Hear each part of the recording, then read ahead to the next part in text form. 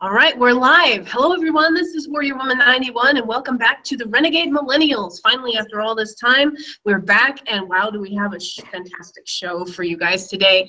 For our panel today, we've got what some have called the all-star cast. We have Elliot Hamilton, Amanda Prestigiacomo, and Aaron Bandler. We will hopefully be having Harry Kachatrian, but unfortunately, he's not here right at this moment. So Harry, hurry up, okay? Now joining this all-star panel at the bottom of the hour will be our all-star guest, the one and only Ben Shapiro. We're thrilled to death to have him on the show today, so you're not gonna wanna miss this show, folks.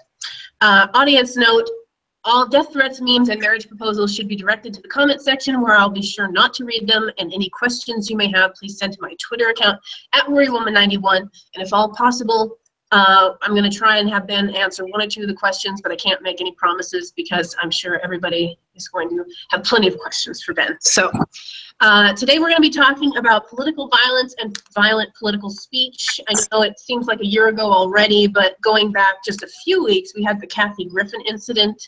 And even more recently, we've been discussing the play depicting the stabbing of Donald Trump as Julius Caesar.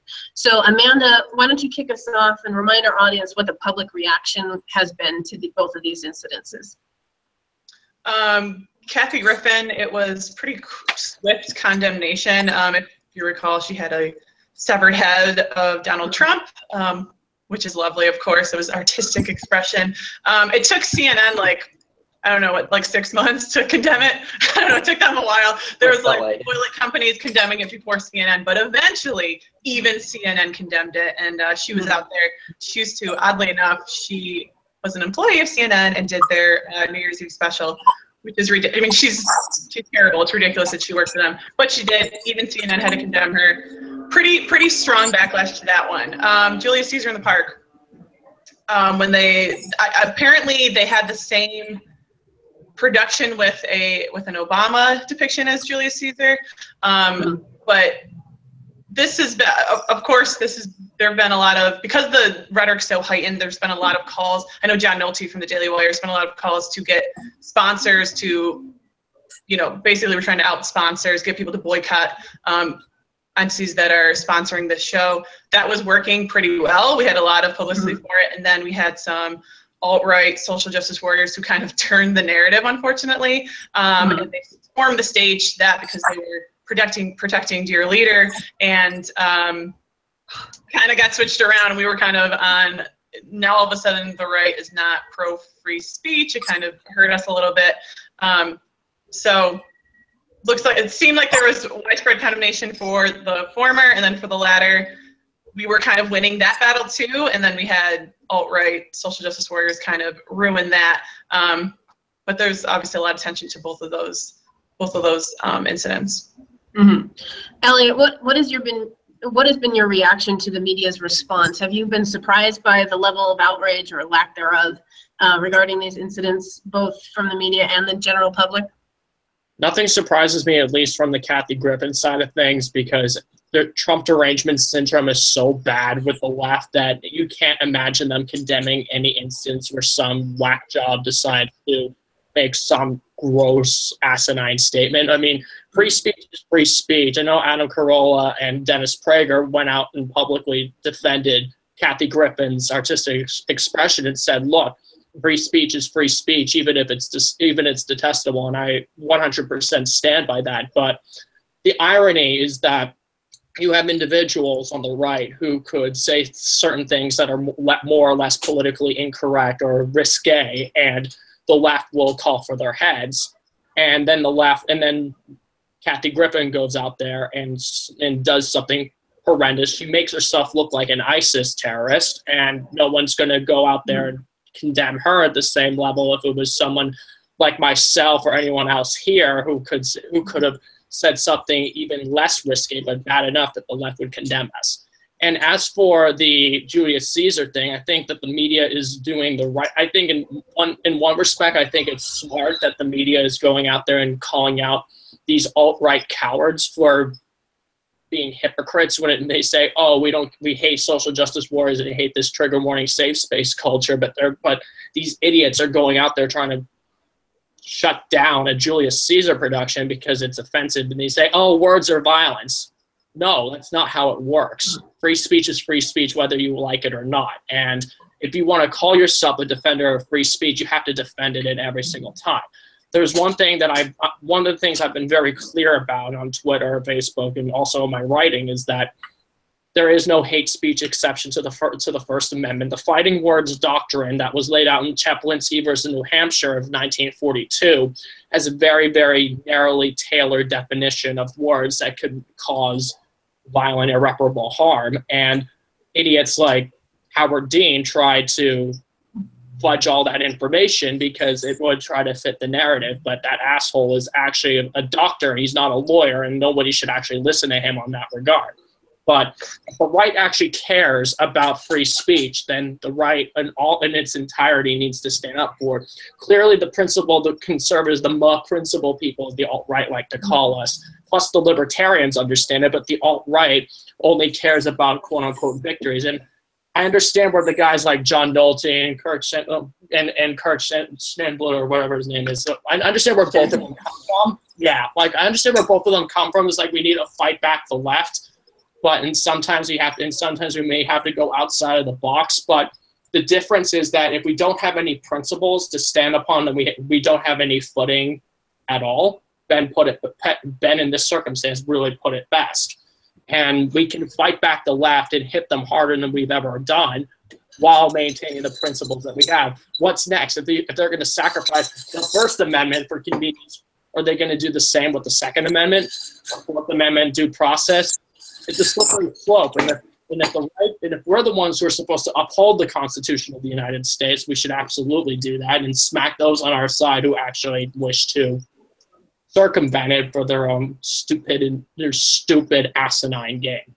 Mm-hmm. Aaron, commentators like Charlie Kirk and Sean Hannity have pointed out that they see this as an effort there's an effort on the left to characterize the right as basically subhuman with the Kathy Griffin incident in particular. Do you agree with that evaluation? Yeah, I think so much of the left's ideology is predicated on dehumanizing people in general, because they always refer to people like in the collective. It's about the masses, you know, rather than what on the right we tend to focus more on the individual. So I think that dehumanizing the right is kind of part of their ideology as dehumanizing people as a whole. But I think that they especially want to do it to the right because they want to try and portray the right as this evil boogeyman who want to these coke puppets trying to enable their corporate greed and so forth. So yeah, I mean, I generally do agree with their evaluation, but I think it's better to frame it more towards of their collective ideology. Once you understand that, then so much what the left does make sense, especially when it comes to dehumanizing people on the right and everyone else in general. Now, just moving on to what happened a couple weeks after all of this, at the height of all of this rhetoric, there was the assassination attempt of the congressman in Virginia. Thank goodness Steve Scalise has finally been taken out of the ICU, but it was like a week and a half later. The poor guy, he almost died on that Wednesday. The reports that I was getting initially were that, oh yeah, he's going to be fine, he's going to make it through, we're going to get him out. No, he went into shock on the helicopter ride to the hospital, and he almost died on Wednesday, and it didn't look good. So it's incredible that he's still alive. Amanda, it seemed initially that we had some sort of solidarity between the public, politicians, the media, and that particularly in the wake of this happening, that it was not a good time for political posturing. We're going to set aside the gun control debate for maybe 30 seconds. But of course, Terry McAuliffe just couldn't wait. But now we've seen the tune change quickly, and it's almost like the Steve Scalise thing never happened. You don't see it in the media at nearly the level. If this was Gabby Giffords, for example, we would be seeing it day in and day out like we did when that terrible incident occurred. What do you think about that? Yeah, so the media they talked about it for a couple of days and then it kind of disappeared. Again, yeah. if this were a right wing, someone from the right wing or just tangentially associated with the right wing or even voted Republican, this would be in the news for weeks and weeks on end. The quick aftermath where people are, you know, we need to tone down the rhetoric on both sides. That always comes and goes. That I naively kind of fall for that stuff. I'm like, oh, look at Democrats are praying. I don't know to whom, but they're praying. You know, quickly that dissipates, and then, you know, a couple days later we have, you know, Cherokee princess herself calling you know, saying that healthcare bill is going to kill Americans and it's blood money, you know, and then we're terrorists. Mitch McConnell's a terrorist. Republicans are terrorists. They want to kill people. So they don't believe anything they say. I think they're bummed out that this guy happened to be a left-wing Bernie Sanders guy. I think they're bummed out. I mean, there was a Democrat operative. It was on leaked audio, and he said that he wished he was killed, right? This guy wants to take away healthcare. I wish he was killed. I wish he effing died. Yeah. So all of the you know, the fake, we need to tone down rhetoric. That only occurs because this happened to be a left-wing nut job. They don't mean it. This is what the left always does. They frame the right as immoral, evil people, as bigots, as homophobes, as people who want to, you know, murder the disabled. We had protests for disabled people who were saying, my government wants to kill me. I mean, this heightened rhetoric is heightened for a reason, and it's because the left has consistently demonized the right, and now the right is kind of adopting those same tactics. So now we have both sides engaging in really hot rhetoric, which is not good. Again, I would say that the left is the bully and the right is punching back. We have to evaluate how we do that, because we don't want to, I mean, obviously principles are first and foremost, but for me also a big argument is that we want to engage in things that are helpful to our side. So if just to quickly touch back on the free speech efforts, when we have social justice warriors from the right, you know, running on the stage, I'm cool with adopting leftist tactics to win. I'm not cool when they don't help us. So we gained a lot of support. We gained a lot of libertarians and classical liberals because we were standing for free speech. That was what our party became. When that Donald Trump rally, you know, during the campaign was shut down, people were like, okay, I don't like Donald Trump, but this is insane. And this was partly why we voted. A lot of people voted for Donald Trump. So yes, it's against our principles, but it's also not effective. Like, be smart. We want to win. We don't want to just morph into the left and then have fought for nothing and then also step back our side, because those tactics aren't productive anyhow. So I don't know. I think it's also interesting to note that they already had a GoFundMe account set up for this Laura Loomer person who jumped. Yeah. Oh yeah. Oh yeah. I have a hard time believing that these people are out for any kind of principle, or even just for, as they say, I'm saving Donald Trump's life. Just stop. We all know this is about you getting money. So, Elliot, do you think that the culture and the media are in part to blame for this environment that fostered the Steve Scalise attack? I definitely think that the media does play a role in a lot of this, and I also think that the way that that rhetoric has been going down on, and I will say this straight up on both sides. I'm not going to go out there and blind myself to the possibility that there are definitely people on the farthest aspects of the right who definitely say a lot of nasty nonsense. But ultimately, when you talk about the power dynamics of this country, this is Hollywood and the media. Those are leftist hives. I don't say havens, because havens imply that they're actually nice and wonderful utopias. It is a hive. It is a hive of nonsensical bastards who think that they know better than everybody else when they like to virtue signal up the wazoo. I think I smacked Patricia Arquette because she was talking about how Jesus was supposed to be a sign for non-materialism and standing up for the little guy. And I told her, by the way, you should take your $1,000 dresses, sell them off, and move to Cuba if you actually believe that. People have no principles. And unfortunately, they're contributing to all this nonsense about, oh, Republicans are trying to kill people with this health care bill. Well, if you really want to go back to the very beginnings of how this whole health care nonsense came about, you have to look back to Obamacare and recognize that when Obamacare was passed, people's premiums went up the roof. And unfortunately, that also killed people too. By that logic, that Obamacare were the Democratic Party, wasn't it the party of death when it passed Obamacare? Well, we can talk about the abortion debate, and that will be essentially hitting a very, very easy nail right there. But the fact is that this rhetoric on repeat on our news stations and with all of these very so-called smart people, they are responsible for getting all of these whack jobs angry at the right for no other reason than, oh, we believe that they honestly believe that the right's going after their rights, or going after their health care, that we're doing everything possible to kick the shit out of those who are marginalized. No, that is not the case. It hasn't been, and there isn't a good dialogue as a result of that. The left will continue to push this bastardized narrative for as long as they possibly can, if it means that they can continue to demonize people and they can get away with it. The media needs to actually hold these people accountable, and I'm surprised.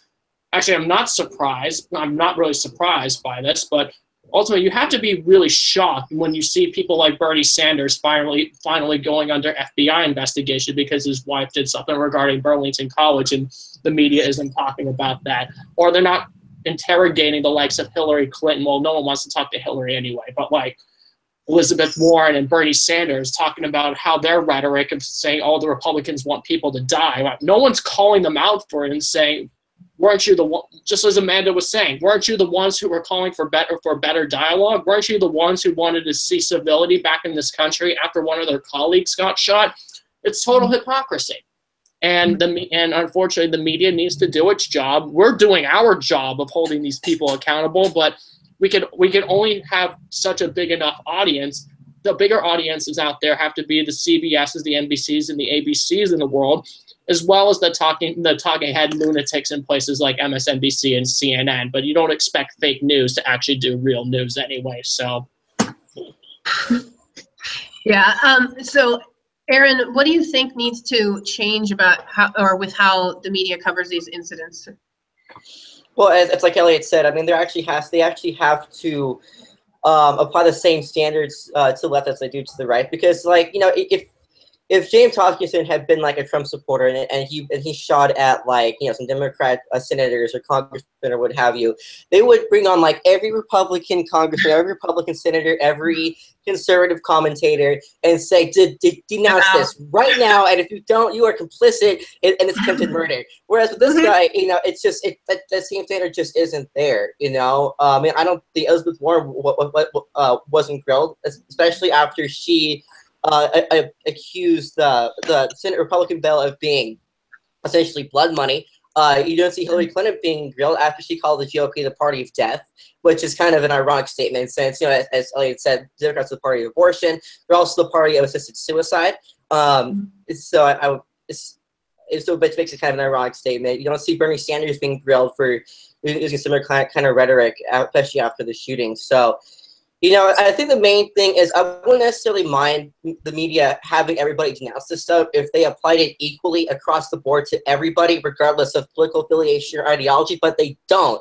So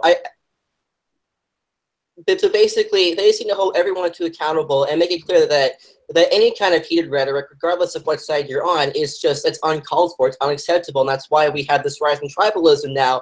You know, where it seems like we can't have a civil conversation anymore without people accusing each other of having an ulterior motive, and now we're seeing sort of like and the end goal of that essentially is, you know, political violence. And I think that unfortunately that this probably won't be the last of it, because I don't see any signs of tribalism really going down. So I think we'll probably see more political violence in the future, and it's only going to get worse from here unless everybody as a whole can hold politicians and political commentators to the same standard. And like Elliot said, we do that over the Daily Wire, and I think a number of conservative websites do, but not enough. But there's too many that don't, and obviously the media doesn't either. So, so that should be the goal: is holding everybody accountable, regardless of their political affiliation or ideology. Mm-hmm.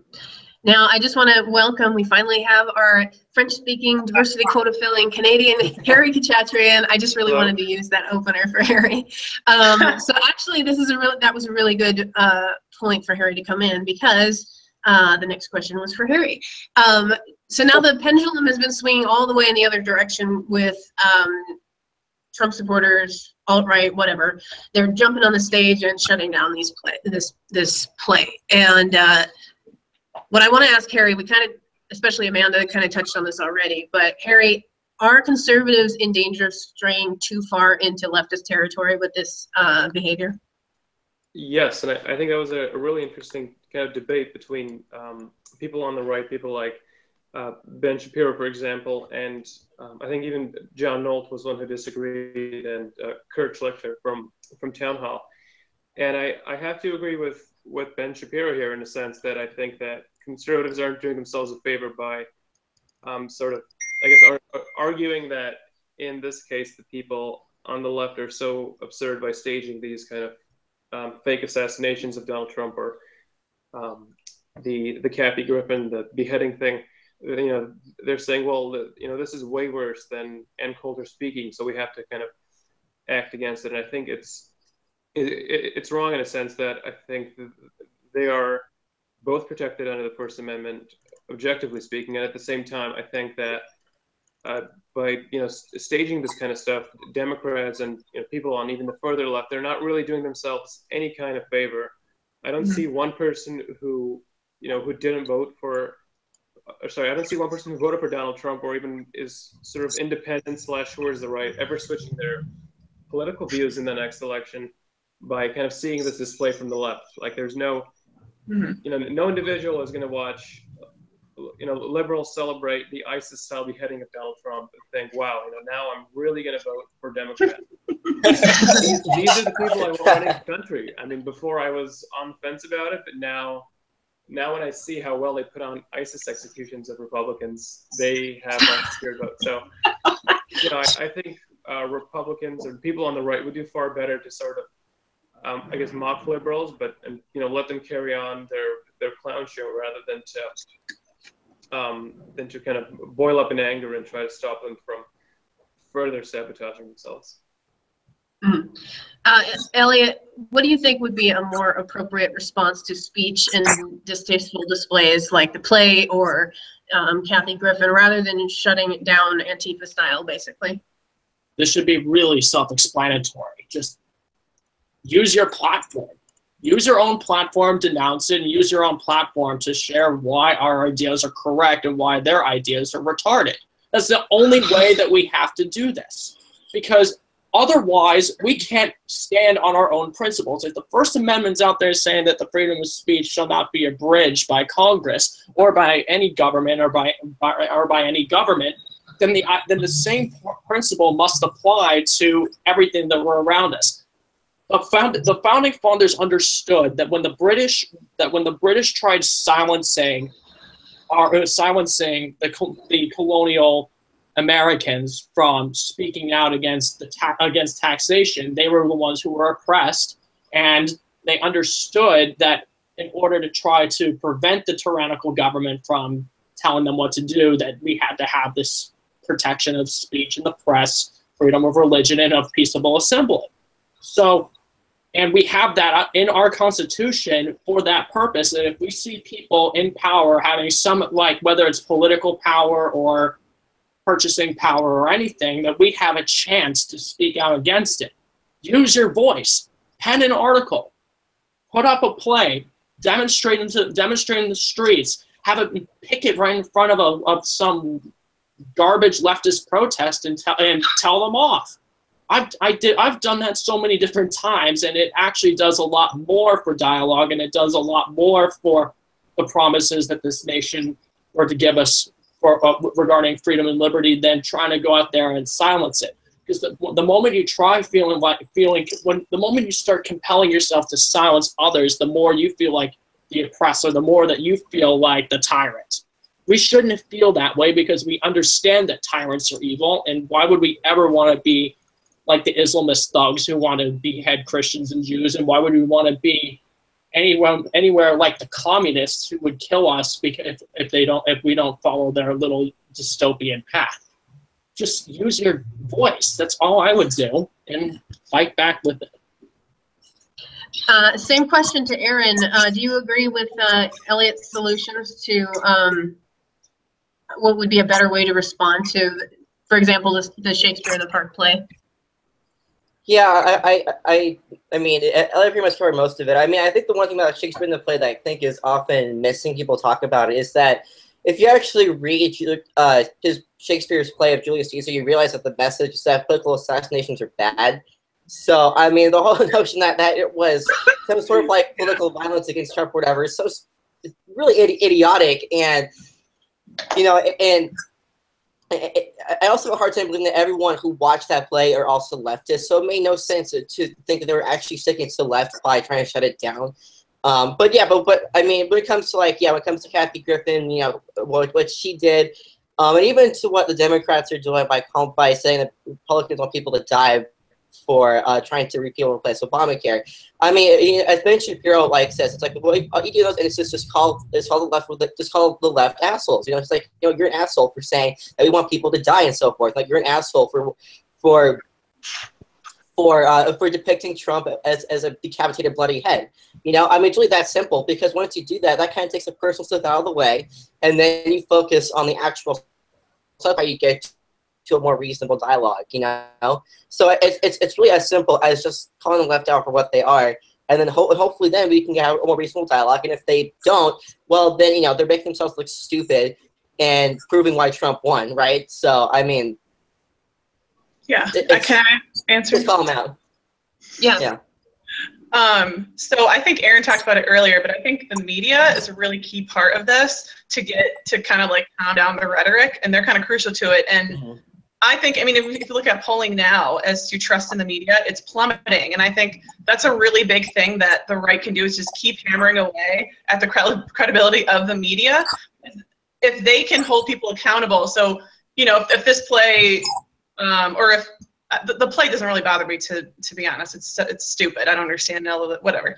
But if, you know, if something's going on, we want the media to hold everyone accountable as they would the right, you know? So we just have to keep pushing the media. I know John Nolte has a boycott. This is not a popular position on the right, but I'm okay with boycotts. I'm okay with protests. I'm kind of for that stuff. I know John Nolte wants people to unplug and not watch mainstream media, not watch cable, not watch CNN, get rid of it, don't fund it, because then they'll have to change, kind of force their hand that way. I'm okay with that. I'm okay with adopting some of these leftist tactics, because I do think the media is kind of crucial to that. Because if they don't hold people accountable, if they're not our fourth estate, then how is this rhetoric going to be toned down? How are these things going to come to light? So I think pressuring the media is a big thing. And then also some of these things that the left is doing, just keep drawing attention to it, because as everyone has touched on, I think this helps the right. Like I said, us being the party of free speech has helped us. And if you don't see that, you're an idiot. So we need to keep showing how insane they are, you know, how they're shutting down free speech, how they're trying to silence people, keep highlighting that stuff. And I think that'll help us too. So attack the media and then keep standing for free speech. You know, this play's not the end of the world. Everybody calm down. Just a follow-up question to that. Do you think the left is somewhat to blame for Trump supporters reducing themselves to these anti-free speech demonstrations? Yeah. I think it's wrong, but I think it's a symptom of the illness they've injected in us. I mean, they are, the left is nonstop demonizing the right, and then these are people who feel like they've been bullied, and they're punching back, and I think they're doing it in a non-effective way. I don't think it's effective. I don't think it's a good way, but hell yes, they feel like they're being bullied, and they're punching back, and that's the position they're coming from, and I totally understand that. I mean, I'm probably the most blue collar at the Daily Wire. My family, they're all Trump supporters. My dad gets enraged by the left, sees this stuff, and you know, these are all good, hardworking people, and they can't, you know, they see the evil that the left is doing, and they want to fight back, like not physically, but they want to do something. They want to return fire. So I totally understand it. I know Harry kind of touched on that too. Like, you get where they're coming from, but we just need to be effective with it. And obviously we need to stand for what we believe in. Otherwise, if we just become the left, then what the hell is the point of fighting them? So. Right.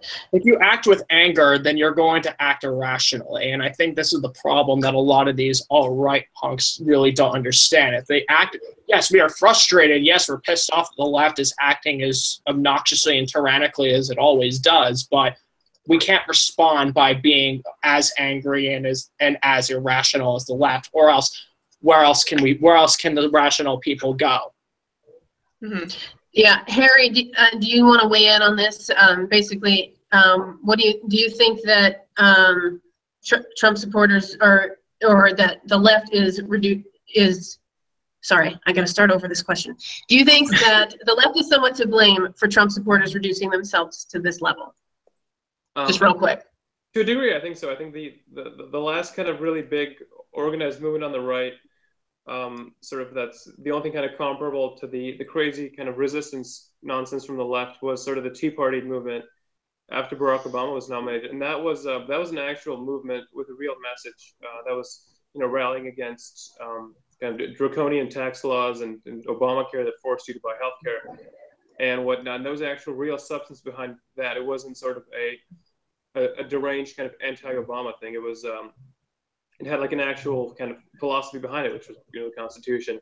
And I think that a lot of people were sort of I guess frustrated that even though the movement was successful in getting people elected to government, they were frustrated with the lack of kind of legislative results and a lack of I guess big significant legislative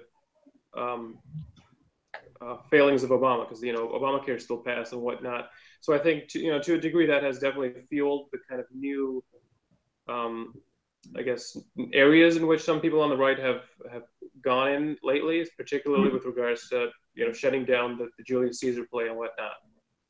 Mm. All right, folks, we're so excited to introduce our special guest today, the man who needs no introduction, Ben Shapiro. Thank you so much for joining us today. Hey, everybody. How's it going? All right, so everybody's going to get a chance to ask Ben questions, but I'm going to kick us off real quick. Ben, we've been talking about the violent rhetoric of the left and how the far right is descending into leftist anti-free speech leftist tactics. Why do you think that members of the right feel justified in now in their obstruction of leftist events in the same way the left has disrupted right-wing events? So I think that the people who feel justified in it from the actual right are people who are just interested in the retaliatory nature of it. So I think that there are a lot of people who are just saying, well, the left does it, so why can't we do it too, to show them that it's wrong? Okay, well, there is a certain perverse logic to it, although they haven't actually been shutting down plays. They've been shutting down college lectures. So if we're going to do that, we got to shut down college lectures, I suppose. But the truth is that these people would be shutting down this play regardless of whether leftists were shutting down college lectures. I mean, what they said openly is that they didn't like the material that was in this play, and so that they were going to attempt to shut down the play, which is the exact same logic as the left. This is not some sort of mutually assured destruction logic that they are trying to use. This is, we don't like what you're saying, we're going to try and shut it down, which is a left tactic. And I do think that overall, I wrote about this a little bit at National Review this week, I think overall, there's been this almost feeling of liberation for some people on the right, where we had to abide by these rules of Judeo-Christian morality for a couple thousand years. And it's a little bit liberating to be able to say, well, let's put all that aside because the apocalypse is upon us, right? The end of the world is nigh, and therefore all tactics are now justified. Well, the problem is that you actually end up bringing the end of the world a little mire when you engage in these sorts of crisis tactics. When people on our side keep talking about war this and war that, listen, I grew up with Andrew Breitbart. I knew Andrew since I was 16 years old. I was part of the hashtag war thing, but Andrew never meant that in the sense that we're going to use wartime tactics in order to fight the left. What he meant is that this is a culture war in which you have to acknowledge what the enemy's intentions are, not that you're going to start using the tactics of the left. If this is an actual war, it really annoys me because when people use the actual war okay, fine. If it's an actual war pickup, you're going to go do something about it. But otherwise, you're just full of it. Yeah, just to follow up, the left hasn't had much success with these tactics at all. They've lost the Congress, they've lost the presidency. Why on earth would members of the right think that these are good tactics to take on? This is what's bewildering to me. I mean, I think that they've been trolled into insanity. I think that there's a certain element of the right that really has fallen into the trap of thinking that they're always losing even when they're winning. John Nolte, who I'm friends with, he and I went at it on our site, at Daily Wire about this exact topic where he was saying, well, what's your strategy for winning? And it's like, well, dude, I mean, even Elizabeth Warren, Barack Obama, and Bernie Sanders had to come out against people shutting down free speech over at Berkeley.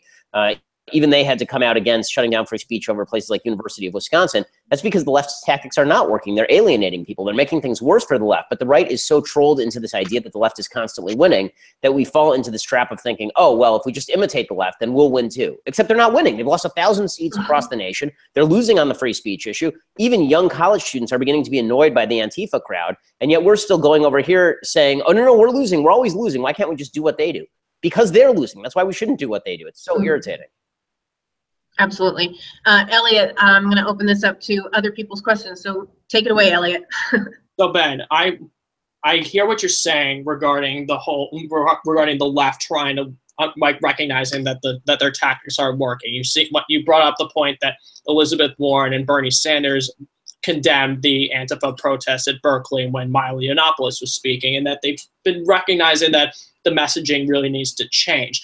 But what would you say in response to the fact that these are the same individuals who decried the shooting of Steve Scalise and said that the wacko who shot him was not at all a representation of the left, and that we need to treat each other with respect, while simultaneously saying, oh, Republicans are trying to kill us? Yeah, I mean, obviously they're full of it. I think that there are two basic principles here. One is that I'm not going to attribute somebody's violence to the actual speech unless they're explicitly advocating violence.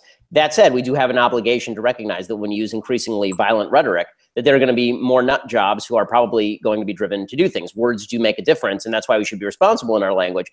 You know, but again, I think that the right has again, in this sort of retaliatory anti-left mode, has decided to just abandon logic when they say things like, well, you know, the rhetoric of Bernie Sanders or Elizabeth Warren, that's what's causing people to shoot people. Okay, the right uses some pretty overheated rhetoric too, and I think that we're in for a world of hurt if we continue playing this game where we suggest that the left's words are responsible for violence the same way they've suggested that our words are responsible for violence, because the logical outcome of that is when you say words are responsible for violence is to say, okay, let's ban the words. That's where this is going. And as both sides embrace that logic that words cause violence, even if they're not explicitly calling for violence, even if, listen, how many people, when Elizabeth Warren says that this is blood money, how many people out there across the country are going, she means it literally. She means literally they're killing people, and therefore let's go and let's murder people. Like, this is still, thank God, a sporadic thing. I mean, this is still once in a this is the first major assassination attempt in the United States since probably Ronald Reagan. So the 40 years. So it's pretty incredible that people are immediately going to,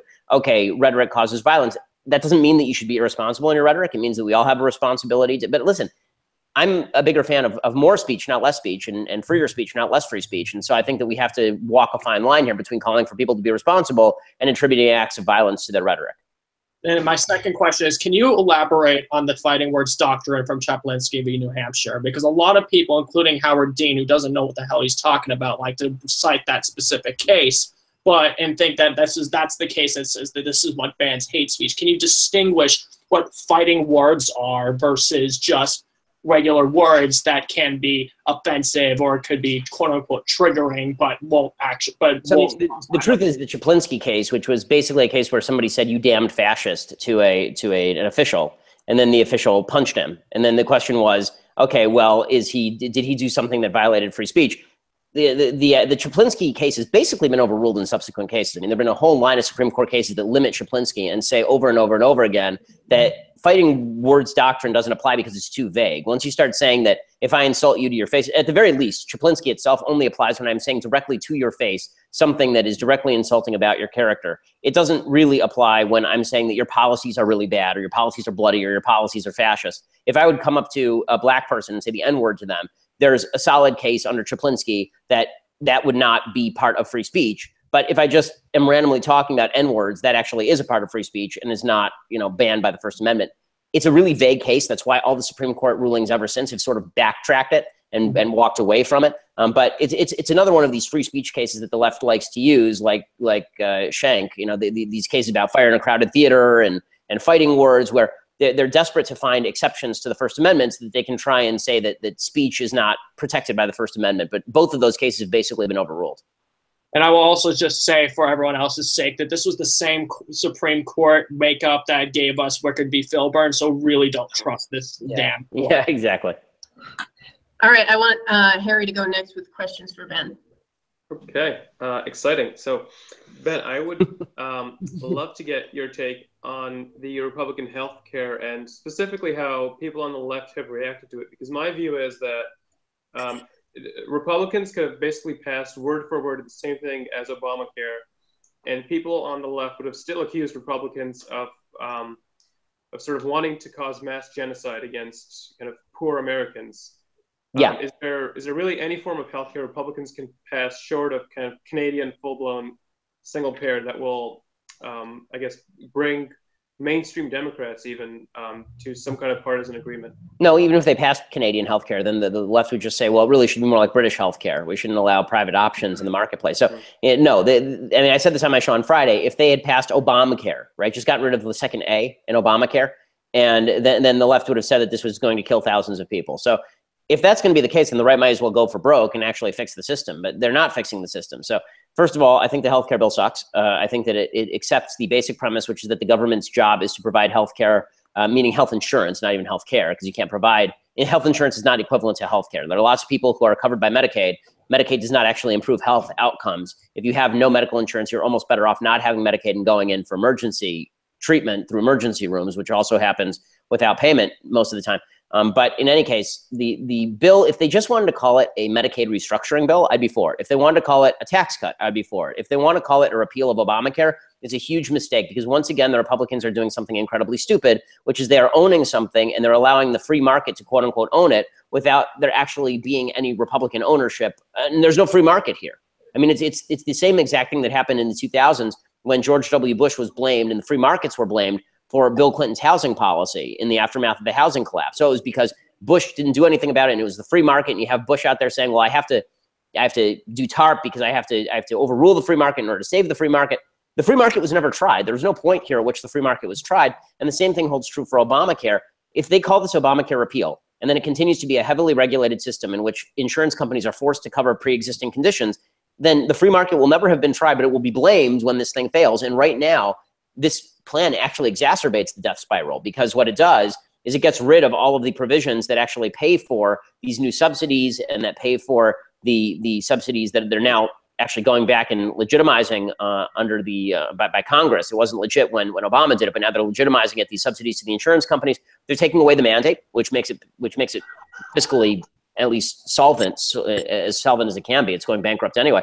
They're taking away all the taxes, which make it somewhat more fiscally solvent. And then they're saying they're going to pay for this with Medicaid cuts that aren't going to take place until 2025. Well, I mean, last I checked the calendar, it's 2017. When's the last time you scheduled a cut for 8 years from now and it actually went into place? Never happens that way. So it's really not a good bill. But again, you have to understand that what Republicans want out of this bill is three things. One, to pretend that they actually repealed the thing. Two, Medicaid reform, because that's Paul Ryan's thing. And three, they want tax cuts. They want the Medicaid reform also because they want the tax cuts, because they want the way that the process works is that under reconciliation, you can only pass a bill with 51 votes if it lowers the debt.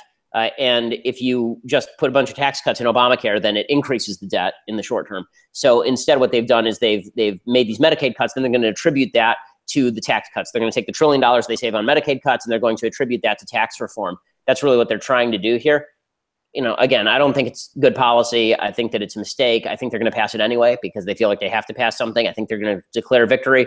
And the left is going to be eager to throw this on Republicans and say, oh, you totally restructured the system. Doesn't matter. The system's pretty much the same. They're going to say, oh, you totally restructured it. It's completely different. And now when it fails, it's not on Obama. It's not on us. It's on you. It's on you. Never mind that all the regulations are exactly the same. And then Republicans are going to own it. And they're going to sit around 2 years from now or 4 years from now wondering, what did we do to become so unpopular? Why does everyone want single payer now? I mean, it's just, there's so much stupidity on the right side of the aisle. And then on the left side of the aisle, you have to understand two things. One, alarmism is always what Democrats do, as you guys say. It doesn't matter what Republicans do. They're always going to be alarmist. And two, the alarmism serves a political purpose because it allows them to thrust their own bad program onto Republicans. You know, when Republicans did welfare reform, they didn't call it welfare repeal. They called it welfare reform. If you're going to do Obamacare, call it Obamacare reform. Don't call it Obamacare repeal. Call it Obamacare reform and say that you're just changing it around the margins. That way everybody still knows that, you know, the person to blame is Obama. Harry, did you have a follow-up question? Yeah, just one quick follow-up. Thanks. One point I heard Donald Trump mention during the campaign specifically that I thought was a fair point, was this idea that insurance companies should be able to sell insurance plans across state lines. Like, meaning, a company based in California should be able to sell insurance to someone who lives in New York or elsewhere. Is there any specific reason why the Republicans aren't able to push this through, legislatively speaking, or? I mean, not as far as I know. I mean, that seems like that should be part of it. I mean, I guess the argument is that it's not actually part of reconciliation. That's the legal argument. So the argument is that you need 60 votes to pass that. You don't need 51 votes to pass that, because there's nothing about that in the original Obamacare bill. So you could theoretically go to the Senate presiding officer and try to get a ruling that says that you're allowed to put that in the bill and then still vote with 51 on it. That's my understanding anyway, is that's the reason why they're not doing that. But this is why I always thought that what they ought to do is they ought to repeal the whole thing and then pass these things piecemeal. Like, let's get Democrats on record that they want to make sure that you can't sell insurance across state lines. Like, let's do it each piece at a time. Let's take all the popular pieces. Let's do tort reform, and let's force Democrats on the record. Let's show them that. Let's show the world that they are in the pocket of the trial lawyers. Like, this is how politics was supposed to work. Instead, we do these omnibus packages where you're supposed to wrap the whole thing up with a nice little bow, and then you own the entire system. I hate omnibus packages. I mean, I asked Senator Mike Lee about this. He does too. So does Rand Paul. So does Ted Cruz. You know, all of the kind of more conservative members of the Senate hate it. But the problem is, the reason omnibus packages have actually become more popular in recent years, counterintuitively, is because when they got rid of all the earmarks, then that was the horse trading part of this, right? It used to be that you'd pass a bill that wasn't an omnibus package, but it included all these little earmarks to buy people off, basically. They got rid of the earmarks, which is in one area good to prevent corruption, but in another area, it means that everybody now has an interest in voting no on everything, because they're not getting a sweetener, they're not getting a goodie. And so what you end up having to do is create these sweeteners or goodies in the form of these giant omnibus packages. I'd rather have the earmarks and no omnibus packages than omnibus packages and no earmarks, if you have to make that choice. All right, I want to have Amanda ask questions next. Okay, well, I have two. The first one is just, and you probably don't think this is a bad thing right now, but our rhetoric, like, we kind of have, there's bad discourse on both sides. How do we tone that down? Do we need to? I mean, we had a civil war, so it was way worse before, but people are really freaking out. So how do we tackle that? And then I have something about secularism I want to ask you. I mean, I do think that we all have to, me included, tone it down a little bit. I think there's it should at least be morally defensible. What you're saying should be morally defensible. Now, I say things that I think are kind of edgy sometimes, but I always think that they're morally defensible. I'm not sure how you morally defend the idea that Steve Scalise is a terrorist, which is, or the Republicans are terrorists, as Josh Fox, the guy who made a bunch of lefty documentaries, said, or Johnny Depp's rhetoric. I'm not sure how you justify that, or Kathy Griffin's rhetoric, or even Bernie Sanders, this is going to kill thousands of people rhetoric. I remember back when Obamacare was greenlit by the Supreme Court, I said, this is no exaggeration, fundamentally going to change how the country operates. And people on the left went nuts. Fundamentally change how the country operates? Well, that seems like pretty mild language compared to, you're going to murder thousands of people if your policies pass. Again, I think that we should call it out when we see it, but we should also be careful about not, I think that the best thing to do with ridiculous rhetoric like that is almost to laugh at it, as opposed to get so indignant about it. Okay, so you're calling Republicans terrorists. Paul Ryan wants to throw grandma off a cliff. Jay Koss made this point at the Weekly Standard. He said, listen, we've been doing this kind of rhetoric for 200 years in the country. And I think that's totally right. I think that it's more often than not counterproductive. I don't think a lot of the apocalyptic rhetoric is usually useful. I think that measured concern is definitely useful, but some of the over-the-top stuff tends to be more ridiculous than it is convincing.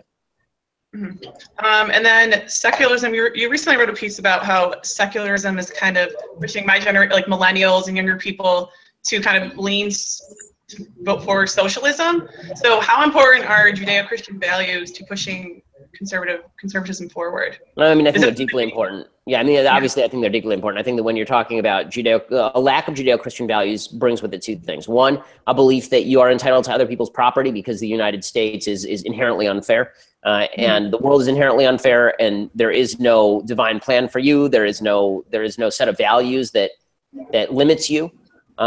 I mean, and this sort of logic has gone all the way back to, in Greek times, this was the sophist logic, actually. But now they use the same sort of logic on a routine basis on the left. So secularists, I think, have embraced that to a certain extent. And then beyond that, once you have, the point that I was making is that Judeo-Christian values gave you something to live for. They gave you your mission in the world. It was to uphold these particular set of values and to fight for those values and to fight against people who would subvert those values. once that goes away, then people, a nihilistic people tends to be a socialist people. Everyone's looking for a mission. And so if your mission is no longer trying to live in alignment with what you think God's will is, or live in alignment with what you think Judeo-Christian morals demand of you, and now it's just up to you how you define the universe. Typically, that's going to be defined in a pretty self-centered way. And you're also going to, if you want to transform the universe, it's going to be in the broadest possible way, which usually falls into, okay, what's our mission? You know, what is our mission now? Who are our enemies? And our enemies are injustice, inequality, these kind of broad swath Bernie Sanders type words that allow you to look for utopia. This Karl Popper talks about how the people who do the worst things in the world are people who are utopian, not people who are necessarily evil, but people who want to create utopia, and then everyone becomes either a tool or an obstacle toward that. Secularism tends to generate that. Religion can too, but at least in the modern world, that has not been the case with Judeo-Christian religion. Judeo-Christian religion has been very clear about, you know, you're supposed to promulgate these values not through the sword and not through the gun of government, but through you know, Bible study and through how you inculcate your children. Secularism has not been nearly so kind. And then last but not least, Aaron, do you have questions for Ben? So why do you think so many commentators on the right are moving away from conservatism and more toward this kind of like trolling anti-left philosophy? And do you think this trend is only going to increase going forward?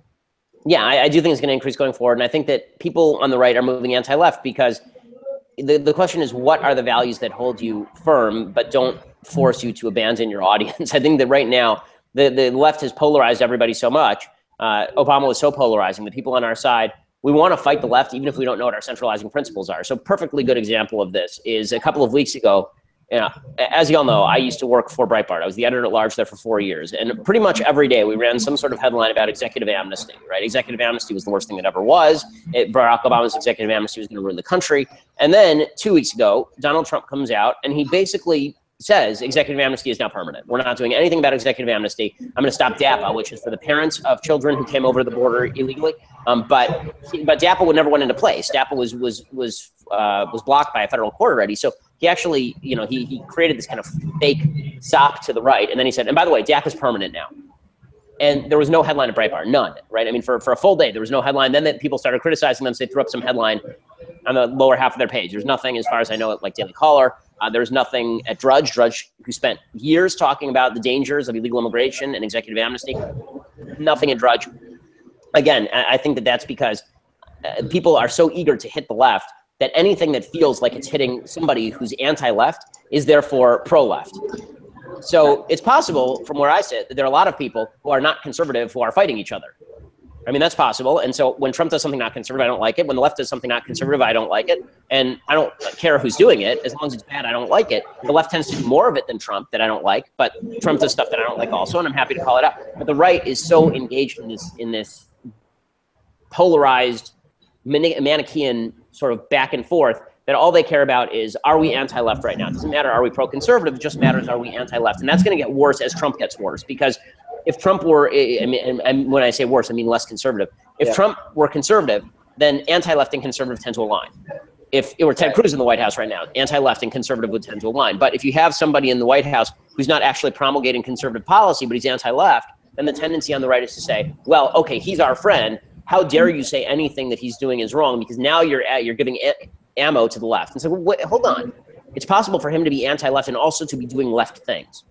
And this is where I think there's a great breakdown on the right. People think that you're not fighting. He's our general. You're not part of the Great War if you don't actually just greenlight everything that he does. And this is dangerous. I mean, this is the soul suck of the right. This is the idea that Rush Limbaugh, who I love, Rush renamed his, you know, he always used to call it for my entire life, he called it the Advanced Institute for Conservative Studies, right? That's what it was called. Yeah. Now he retitled it in the last year, the Advanced Institute for Anti-Left Studies.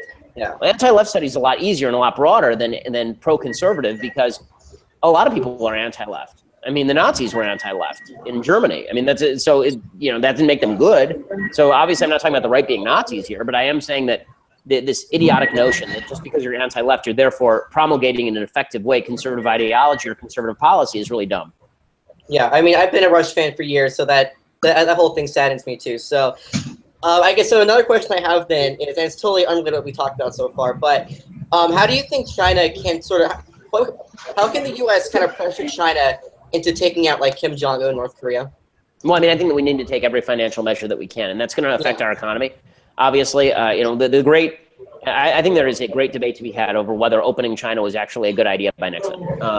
The promulgating the continuation and growth of a communist regime that is extraordinarily powerful, whether that was actually a good idea or not. But right now, there are financial measures that we should take against China, and if China retaliates, so be it. We are significantly more powerful than they are on the world front. If we want to stop North Korea right now, and as they develop more and more effective missiles, this seems like this is a high priority. China's going to have to be pressured in some way. And it seems right now, like absent any anti-China finance, like there are banks from China that finance North Korea. We should immediately sanction any bank that does business with North Korea. End of story. That should be the very beginning of this thing. It's going to be very difficult to actually do a direct strike and take out Kim Jong-un just because he's got 13,000 pieces of ordnance that are currently pointed at Seoul. So it wouldn't flatten Seoul, but it would kill a hell of a lot of people. This is why it was so stupid when President Trump said that we shouldn't pay for THAAD, the anti-missile system that we were going to create in South Korea. But yeah, I mean, the only sort of pressure I think that we have available for China is sanctions on their financial institutions because we have also, I mean, there have been a number of policies that President Trump has undertaken that actually have strengthened China in pretty significant ways. Now, obviously, Obama strengthened China by allowing our Navy to become small and less efficient in the South China Sea. But beyond that, President Trump, when he pulled out of the TPP with no alternative, that actually strengthened China's hand pretty dramatically. But even for people who don't like TPP, even people who thought he should have gone and renegotiated secret clauses in TPP, just pulling out of TPP wholesale, like China was not a party to TPP. Pulling out of TPP opened up what China wanted, which was to create its own sphere of influence in that region that is trade and security based. We need to fight on both those fronts. China is a rival, and pretending that China is just our sweet, sweet friend is ridiculous. I mean, if China is not sponsoring North Korea, that state does not hold. All right, so just real quick at the end, Ben, at the end of our show, we like to give shout outs to various people or accounts that we like on Twitter. So if there were like your top 3 Twitter accounts that you like to follow, who would those 3 be? Oh boy, top 3 that I like to follow. I mean, honestly, I follow a very select crew. So I think that I follow pretty much all you guys, right? I think I follow all you guys. So you guys are all great. Everybody except me. Okay, so I need to follow you. That's insulting. So I'm sorry that I haven't followed you. I need to follow you. So obviously follow Kelly. And then after you've done that, then some of the people who I enjoy following, I enjoy following John Podhoretz because he tweets a lot of good stuff. I enjoy following on the left Maggie Haberman, who tweets a lot of news. And I also enjoy following to John Nolte's Great Dismay. I enjoy following Jake Tapper because he also tweets out a lot of news. I like the people in my feed who are newsy. Podhoretz is less newsy than the other two, but he does tweet a lot of Broadway references, which I randomly enjoy. So those are the people I'm enjoying right now the most, aside from obviously the brilliant folks on this panel. So. All right, well, we're out of time, but I just want to thank Ben again for coming on. Really appreciate it. I know our audience and our panel does as well. So thank you so much for coming on, Ben. Thanks so much, guys. Be well. You too.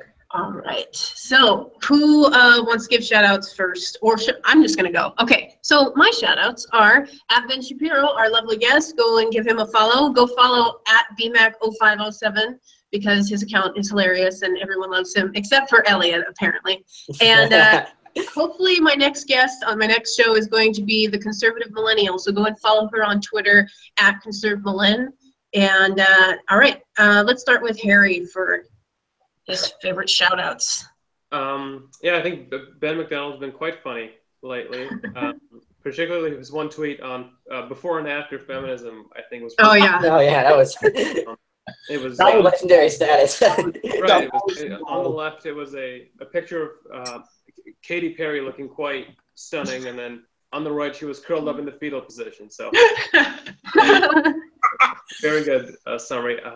Besides that, I think I would recommend following Ann Coulter on Twitter because I think everyone already does, but I think she's one of the people who at first was kind of one of his most fervent supporters, who even wrote a book, In Trump We Trust. But she, I think, has been one of the best critics of Donald Trump, I think, despite have almost cheerleading of him in the past. She's called him out on everything that he's done that's been against her own principles. So I think she's if you want an honest critic of the Trump administration, I think she's the way to go. Elliot, you want to go next? Well, I don't start my shout-outs to anyone else than my brother, Josh Hammer. So obviously you have to start following him. I would also recommend people following Jeremy Frankel at Frankel Jeremy. He is a he's not up and coming. He's been writing for Red Alert and Daily Wire, but he is a solid guy. I would absolutely recommend following him. And I'm just gonna throw this out there because otherwise, you really wouldn't mention. I don't think anyone else would actually mention it. But I would follow a guy by the name of Alex Edelman, who is he's a CBS writer. He's a comedian. He grew up in my hometown. He's more liberal, but he's actually a really, really nice guy. So at Alex Edelman, definitely follow him as well. He'll give you a different perspective, and he likes wanting to listen to both sides. So definitely listen to him. Amanda, you want to go next? Sure. Molly Hemingway, she's really great.